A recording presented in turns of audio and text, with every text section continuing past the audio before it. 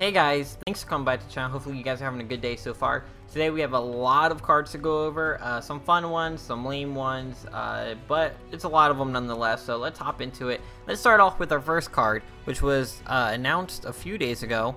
The first card we're going to talk about is an Abyssian card. This is Void Talon. He's a 3 mana, 6/1 with build 1.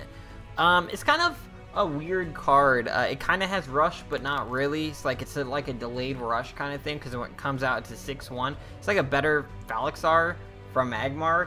My thing with this card is, if there's any way, if they come out with the card to reduce the build timers, and we're able to reduce build timer of everything on board by 1, and this instantly flips and you get a 6/1 rush, that's pretty good.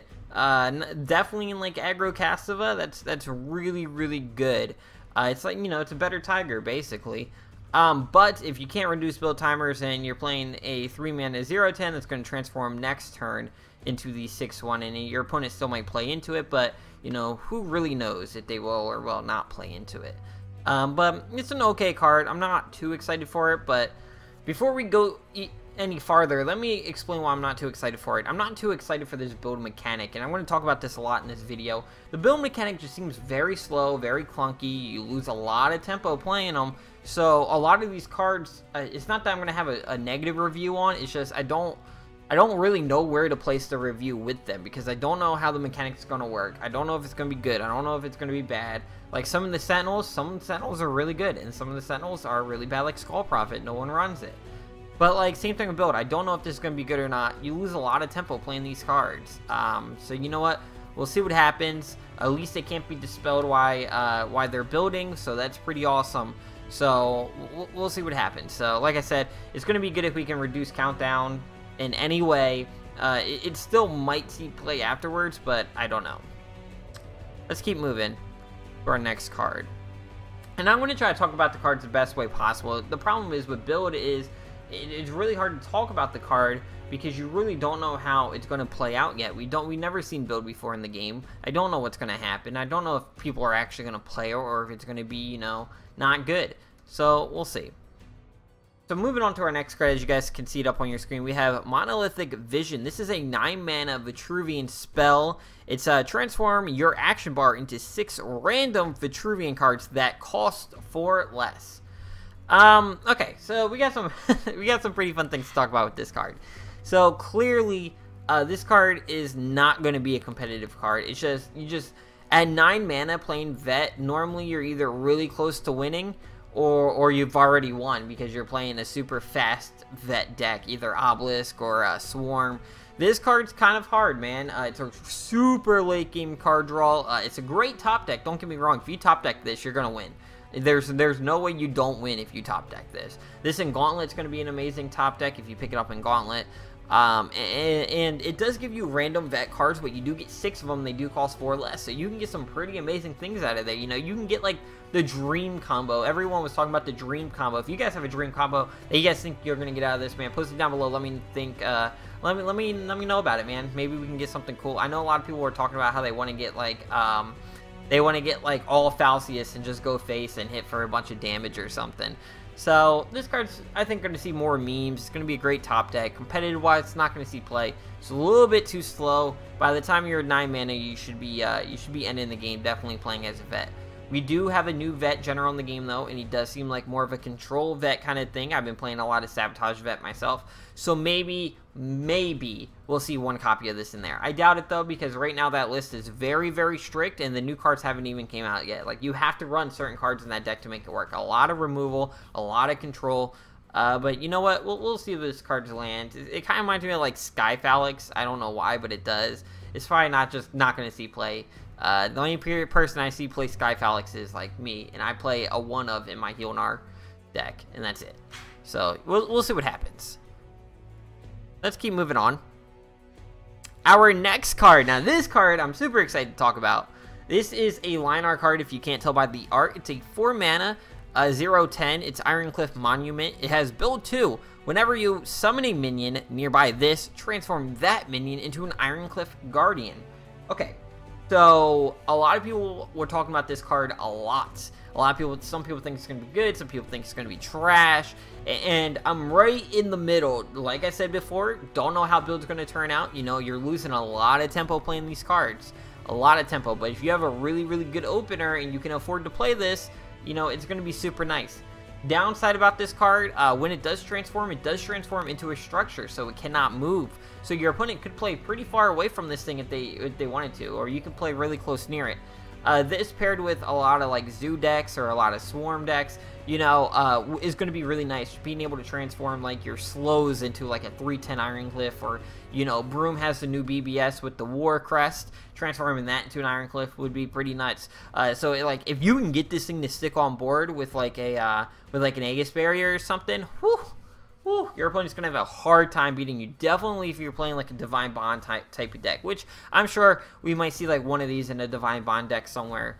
But you know what? It's kind of hard because you can get better tempo in my eyes playing like a Duelyst or something, just getting that 0/10 wall that you rather, you know, Divine Bond, and still have a 5/3 that can move and do stuff. With this on board, it's just going to sit there for 2 turns being a 0/10, and you know what? That's not that great. But hey, if they get next to it, if they don't think you're playing Divine Bond, they get next to it. You hit that totem with the Divine Bond. You get a 10/10 totem. You just go face. But I doubt they'll do that. You know what? They might, because they might try to remove it. So we'll see. We might see it in Divine Bond. Other than that, Gauntlet. Whew, Gauntlet powerhouse. This is. Yeah, you're losing tempo in Gauntlet, but if you get this to stick in Gauntlet, whew, Ironcliffs all game, baby. All game. Transforming your Blood Shard Golems into Ironcliff Guardians. Let's go. I'm super excited about this card. Like I said, it's hard to place these build cards on playable or not playable because I don't know where they land. So we'll see. We'll see. It's a fun looking card though. Super excited for it, and I love the art. If you guys have a chance, look up the animation for this card. It's beautiful. Let's keep going on. I know I'm trying to go through them. I'm not trying to go through them really quick, but I want to go through them and talk about everything that I wrote down. Plus, like I said, it's hard to really place these build cards really anywhere. The next card we're talking about is a neutral minion. This is Artifact T2K5. He's a 3 mana 1/4 with build 1. Whenever this or another friendly minion is built, draw a card. First off, if you guys don't know T2K5, it's he's a script builder. He's a mod for the game. He does a lot for the game. If you guys don't use the scripts, you know, check him out. Normally, I have the scripts on. If you guys watch any of my videos, I have like the fancy stuff down here, and then I have the S rank ladder. Like, I have a lot of stuff. I just don't have it on because I'm waiting for the new expansion to come out to put them back on. But yeah, definitely check out those scripts. But onto the card. I don't think it's that great. I'll be honest with you. I think it's like a worse Sojourner. Sojourner, you can get value out of it, you know, just being on board. Depending on how many build cards you have in the deck, this may be good, but think about it. Like I said, when you're playing build, you're losing tempo. Your whole early game, what are you going to do? Just play 0/10s all early game until they finally transform? Yeah, it might be hard for your opponent to remove because they're 0/10s, but if build becomes a viable archetype in the new meta, then there's going to be a lot of answers for it. Plasma Storm wipes your board. So we'll see where this lands. If you really want card draw, I think you probably either run Spelljammers on 4 or Leaky Hands on 4, or you just run the Sojourner in the 3 slot. Or even Blazehound. Blazehound's a 4/3 for 1 instant draw. Yeah, your opponent gets it too, but you're getting a pretty strong minion on board, and then you get instant draw, so that's pretty awesome too. Other than that, don't think the card's super amazing. I think what we're missing, and I think we're probably going to see it when the expansion comes out, because I think it'd be pretty stupid not. I think we're going to see a card that reduces the build timer, and I brought that up a lot in this video, and I think that's really what we need to make a lot of these cards viable to, you know, to tempo a little more than lose tempo, you know. So we'll see where the card lands. Other than that, it's a pretty cool art. I thought it was a Abyssinian when it first came out, because I looked at it, I was like, oh, that's a cool Abyssinian card. But it is neutral, and congrats to T2K5 for finally getting a card. He deserves it. Keep moving on, baby. Next card.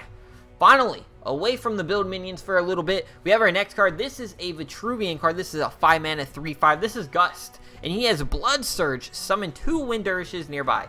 That's awesome. This is a very balanced card, very fair card. It's fairly statted for a 5 mana card. 3/5, not too strong, but 5 defense. It's a little big of a butt, but that's fine. And I'm happy to start seeing Blood Surge again. I know the card that I revealed had Blood Surge. I know a lot of cards people revealed had Blood Surge, and it's really, really cool that we keep getting these Blood Surge cards. And this one seems like a very useful Blood Surge card on top of that. Being able to summon those 2 Wind Dervishes is really nice. Definitely if you have Fire Blaze Obelisk already established on the board, you're able to put in a little bit more damage, you know, granted on where the, you know, Wind Dervishes spawn, you can put in a lot more damage. I think this card's going to be really, really, really nice. I don't see anything bad with this card. Here's the bad thing with this card. It's 5 mana, and it shares a spot with Blood of Air, and that's it. I mean, you're going to run triple Blood of Airs and probably like 2 or 3 of these. So what? We'll see. Maybe you'll see playing in an aggro deck, you're able to push forward. Think of it as like it's like a Fire Blaze that can move, basically. Or not a Fire Blaze, I'm sorry. Whatever it's called. The other Dervish that gives them +1 health, but it can move, which is pretty cool. So now you can move around the board and consistently just get value, get value, get value. Definitely endgame when you can Blood Surge every turn. Oh, that's going to be so nice with this card. This card's going to lead to a lot of lethals. Definitely, this and Gauntlet's going to be really nice, being able to get a lot of good tempo out of this card. Yes, you really can't play it until you have 6 mana, because that's where you can, you know, play your BBS as well, unless you're ramping into a tile or something. So I'm really excited for this card. I think this card is 100% going to see some play. Just the fact that you can have a structure that can basically move, even though it's not structure, but it's basically a structure that summons an extra Wind Dervish. That's awesome. Love this card, man. Definitely if you have more Fire Blaze on the field or any way to buff any of your dervishes, like this card's gonna see play. Definitely an aggro decks. I think so, in my opinion. But other than that, keep moving on. The next card we're gonna talk about, this card I'm not too excited for. This is a Songhai card. This is a 4 mana 3/3. This is a Manakite Drifter. It is built 2. When this minion is built, gain +2 mana this turn. I think everyone kind of had the same conclusion that this is probably trash. And here's why it's trash. Playing Songhai, you really can't lose tempo. I mean, playing Songhai, you really need to do something on every turn. Either you're playing a minion-based kind of tempo Songhai deck where you want to play these minions, you know, play the Lantern Foxes and into this, into that, into Zendo, you know, something like that. You want to keep establishing some sort of board with your good minions, or keep playing, you know, Jux and MDS, trying to wipe your opponent's board. Taking your whole turn just playing a 0/10 to gain 2 mana in 2 turns isn't really good. Definitely as Songhai. Even in a lot of people are thinking about maybe playing this in like an 8 gates deck, or playing this in like a what's that card called? A Mantra deck. The thing is, with that, would you rather just run Abjundicators? They're 1 mana cheaper, and they reduce the cost of everything in your hand anyway. So I don't think this is good, man. I just don't think it's good. I don't think it's going to see play. I think maybe, like I said before, maybe if we get an accelerator where we can build it instantly that turn, you can play like a 3/3 and then like something for 2 mana. I don't know, man. It does combo with Inner Focus. That's about all I can think of. Other than that, don't think it's going to see play. I think it's trash. I'd rather do more than play 0/10 that's going to give me 2 mana in 2 turns. I'd rather, you know, I'd rather just Phoenix Fire someone in the face. And that's how I feel about this card. So let's keep moving on. I'm sorry I don't really have much to talk about with this card. I think almost every comment on Reddit was, why is this made? This is trash. And I think I agree with it. I know I agree with it. So moving on. Okay. So originally, I already made this video once, and I was going to upload it yesterday, but I saved it. I couldn't do it. And I'm kind of happy I didn't, because we had 2 more amazing cards come out. Or not amazing, but pretty fun cards to talk about. So they are the last 2 cards in this video. And then the first one we're going to talk about, I'm going to pull it up now. This is DRAUGAR, EYOUTH, something like that. He's a 6 mana 7/14 with build 2. While this is building or on the battlefield, enemy minions and generals can only move 1 space. Now this card is good. It's good. This is a good build card. And the reason it's a good build card, because it has an ability that activates as soon as it hits the board. While it's building, it does something. Making it so the enemy minions generals can only move 1 space is awesome. I saw a comment on Reddit that said Vaynar is you know, Vaynar's faction identity is just to be obnoxious as possible, and that's basically true.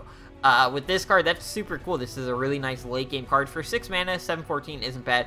Yeah, it has build too, but you're slowing down your opponent. And on 8 mana, you know what? You're able to flip this thing over. You have a 714, and a lot of people, you got to remember, this is a 714 that's going to be active. And a lot of people don't think about it, but Polarity is going to be probably used a lot in this next meta, and that's because you can kill off the totems with it, or the buildings. I keep calling them totems, but they're buildings. You can kill off the buildings with them. So we might actually see the Vanguard decks run Polarity as a win con and as removal, because Polarity on this thing is going to be crazy. That's 14 damage to the face, and sometimes definitely endgame, definitely if you're playing like Fae or something where you've been beating them down with BBS all game anyway, excuse me, you're going to be just dominating with this card. This is a great card. I don't see why people were like, oh, this is bad, it's another build card. But this is a build card that does something when it's building. I think it's a good card. And another thing people didn't think about, they made this card in the faction that has the best ramp in the game between Mana Death Grip, Shivers. No one uses it, but you know, I'm just saying anyway. It's a ramp, and Mana Crit. What's that card called? Now it's gonna bother me. Now I gotta find it. I know it's a 1 mana card. It's on the top of my head. It's a 2 mana card. I lied. Crystal Wisp. There it is. That card. Like, it's gonna be good. How do people think this is gonna be bad? I think, you know what? I understand you're gonna lose tempo. 6 mana, yeah, you're playing a 0/10, sure, but now your opponents can't move as far. You know, you can play it more towards the back if you really wanted to. They're gonna know what it is though, because they can only move 1 space. So they're gonna know. So you gotta kind of play it aggressively, but not too aggressive. And then you know what? You're running Hearth Sisters in your deck because you're playing Vanguard. So you just Hearth Sister this bad boy in, hit it with the Polarity, boom, boom, hit him for that kill. This card's gonna be fun. This card's gonna be a fun card to play. Definitely in Gauntlet. Whew, I don't like this card.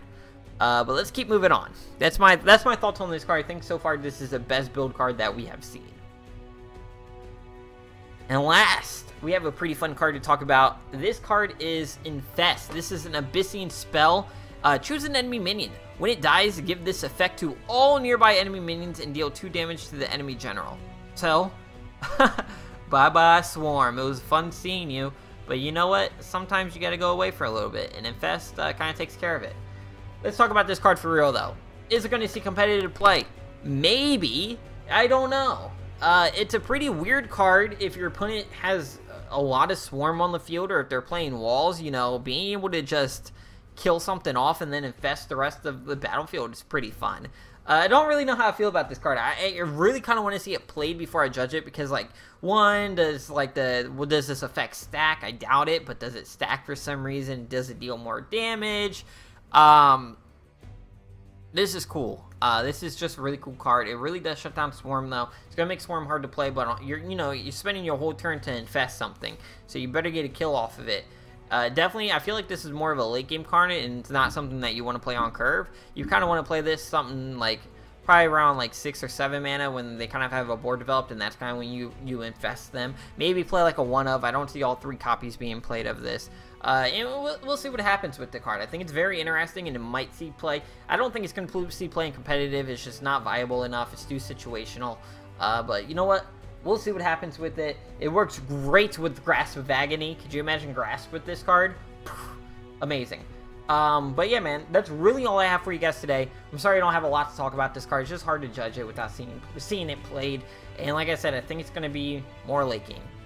But let me stop talking about Infest. I hope you guys enjoyed the video. If you did, leave it a thumbs up. Comment down below. Let me know what you guys think of all of these cards. And subscribe to the channel if you guys are new. But other than that, I'm your boy Claudio. Hope you guys keep on dueling. I'll see you guys next time.